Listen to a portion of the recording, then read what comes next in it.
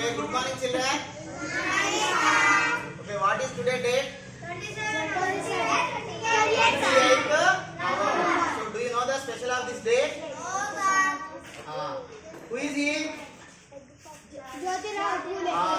Mahatma Jyotirao Phule. So today is his death anniversary. Death anniversary అంటే ఏమంటాం మనము? చనిపోయిన రోజు వర్ధంతి. సో మనం అందరము ఎట్లనైనా పుట్టొచ్చు.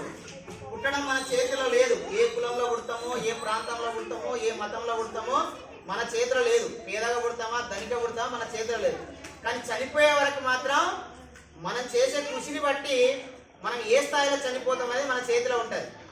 ఈరోజు ఈయన ఎవరు? ఈయన మన తాతనా, మన ముత్తాతనా, మన నాయననా, మన బాబాయా?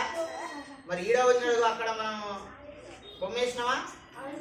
మన మహారాష్ట్రలో పుట్టినటువంటి మహాత్మా జ్యోతిరావు పూలేని తెలంగాణలో మన స్కూల్లో ఎందుకు ఆయన ఫోటో పెట్టుకున్నాం అంటే ఆయన సమాజం కోసం చేసినటువంటి సేవలను గుర్తు చేసుకోవడం కోసం, దాని నుంచి మన స్ఫూర్తి పొందడం కోసం ఇక్కడ ఈరోజు మనము వర్ధంతి ఈ మన స్కూల్లోనే కాదు, దేశవ్యాప్తంగా అన్ని ఏరియాలలో ఆయన యొక్క వర్ధంతిని జరపడం జరుగుతుంది. సో ఆయన గురించి కొన్ని విషయాలు మీ స్థాయిలో మనం తెలుసుకోవాల్సినటువంటి అవసరం ఉంది. ముఖ్యంగా విద్య.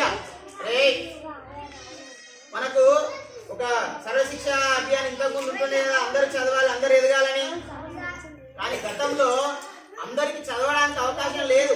తెలుసా మీకు? ఒకసారి చూడండి, మీ తాత ముత్తాతలు చదువుకున్నారా? చదువుకోలేదు. మీ అమ్మ నాన్న చదివారు, కానీ మా అమ్మ నాన్న కూడా చదువుకోలేదు. అంటే అట్లా అందరికి చదువుకోనికి అవకాశం లేదు గతంలో. మరి అందరికి చదువుకోనికి అవకాశం రావాలని ప్రయత్నం చేసిన వాటిలలో మన దేశంలో మొట్టమొదటి వ్యక్తులలో ముందు ఉండే వాళ్ళు ఎవరంటే మహాత్మా జ్యోతిరావు పూలే. మరి ఏం చెప్పింది తెలుసా విద్య గురించి? విద్య లేక వివేకం లేదు. వివేకం అంటే ఏదరా? జ్ఞానం, తెలివి లేదు. వివేకం లేక నీతి లేదు. నీతి అంటే ఏది? ఏది మంచి, ఏది చెడు అనేది లేదు. నీతి లేదని చెప్పింది. తర్వాత నీతి లేక పురోగతి లేదని చెప్పిండు. పురోగతి అంటే అభివృద్ధి. అంటే ఏది మంచో ఏది చెడో తెలిస్తేనే కదా, మంచి మార్గంలో పోతేనే కదా మన అభివృద్ధి. అట్లా అభివృద్ధి లేదని చెప్పిండు. తర్వాత పురోగతి లేక హితం లేదని చెప్పిండు. హితం అంటే డబ్బు లేదని చెప్పిండు.